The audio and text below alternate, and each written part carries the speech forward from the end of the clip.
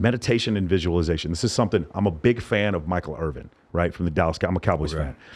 I'm going to get to interview him on the 12th. I'm super excited about that. But one of the things he talked about was he knew where to be on the football field, and no one was going to stop him from being there. And Troy Aikman didn't have to see him. He knew to put the ball there, and Michael was going to get there. He saw the success in his mind. For me, whenever it's like a personal record for bench press, I always see me doing the thing. And sometimes I'll even see people who used to not believe in me in high school, ex-girlfriends, and they're right up here where the spotter would be. They're right up here and they're watching. And right before I go do it. Do you use meditation and visualization? Can you talk about how that's affected you? Yeah, I use a form of meditation called mindfulness meditation. Yeah. And with that, or you're sitting somewhere, find a focal point, and you breathe, and that's it. Yeah. You're not thinking deep thoughts. You're not philosophizing anything.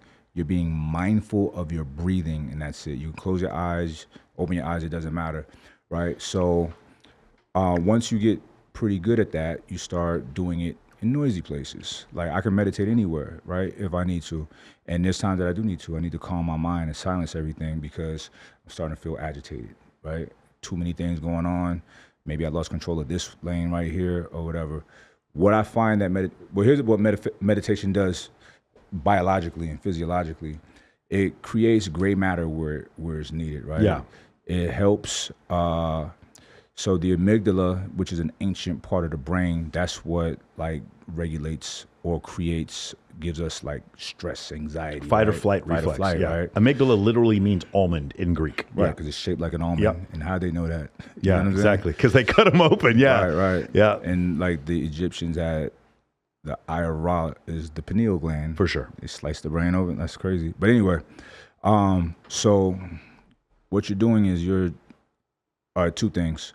One, you're creating gray matter in places like memory, like cognitive things, right? So you're learning without doing anything.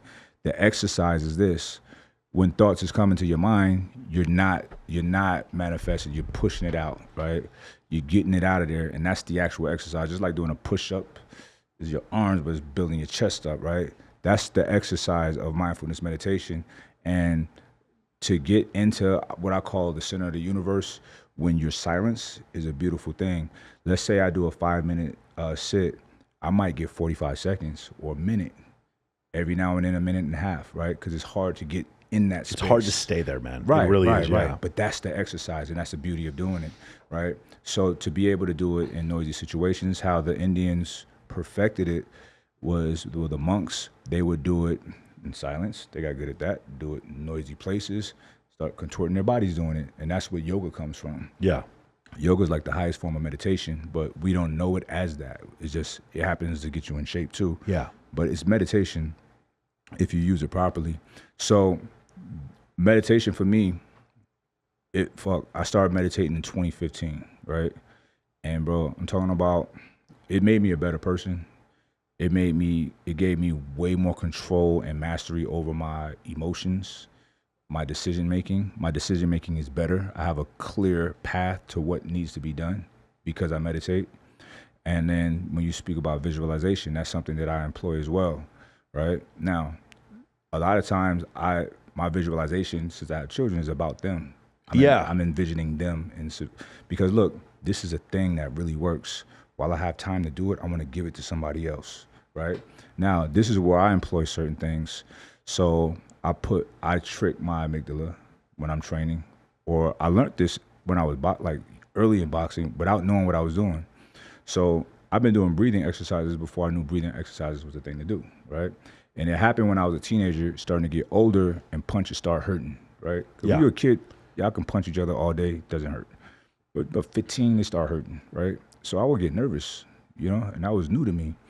You would feel that emotion in your stomach, and I would like get mad about it. I breathe it in, because if I don't use it, it's gonna like make me afraid. It's gonna kind of paralyze me. So I would use it as fuel. Like, I'm gonna fuck this motherfucker up. Like, you know what I'm saying? I'm looking over there and I'm breathing that shit in, and I noticed that I was doing it like before a heavy squat or a heavy bench press, and I'm like, this shit fucking easy. Like, I'm telling myself that it's fucking easy. I've been doing that so long, it just is, right?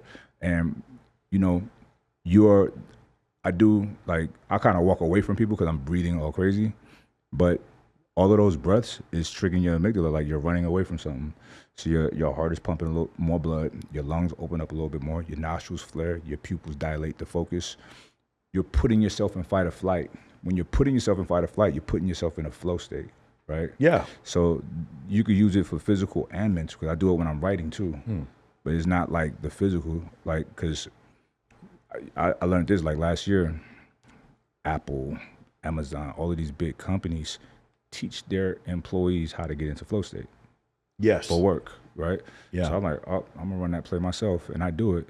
So like I had to deliver, like I did the VSL today before I came to the airport, murdered that shit. Yeah. Wrote it, murdered, delivered it, and I know how to do it for me. You know, you have to get in a comfortable environment. You play some good music. For me, I like to play some music, and I walk and I pace, and I'm just fucking flowing. It just comes, and I know that it's gonna come. You know, so you gotta have that kind of confidence to you gotta put it in your subconscious mind as well. So are you familiar with the conscious and the subconscious mind? Yeah, of course. Yeah. Right? People gotta realize this. The subconscious mind is so fucking powerful. It is, yeah. So powerful. Because it's older. Because it is where our ancestors. It existed before the neocortex. When we were reptiles, our subconscious mind, the limbic system, the amygdala, those things existed before. The things that differentiate mammals from reptiles is the neocortex. That is a lot where the conscious mind is. But what you're talking about, the amygdala is so old that you will find it in fucking snakes, things that are alligators, things that are in this millions of years. And it's the most older. advanced Correct. part of our brain. Look, Yeah. people don't, this is crazy. So it senses fear, puts you in fight or flight. Yeah. Our amygdala can sense fear or potential danger without us being conscious of it. Yeah.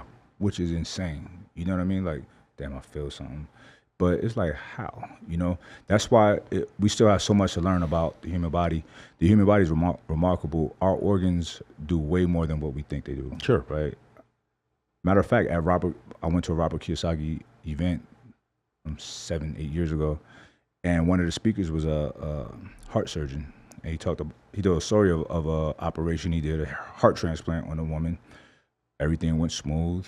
The checkup, she was having these bad headaches every night. So they checked her out. Everything seemed fine. Come back and talk to me a couple months. She's like, yo, I need to see you sooner because these fucking headaches won't go away. They check her out. Everything's fine. Psyche evaluation, nothing's wrong. So he go and look at the donor's information, and what do you know? The donor was shot in the head at 9 p.m. That's how he died. That's crazy. So that heart took a timestamp and remembered that shit and delivered that pain to her every night, right? Wow. So that just happened. So how do you research that? You know what I'm saying? But that's what we are.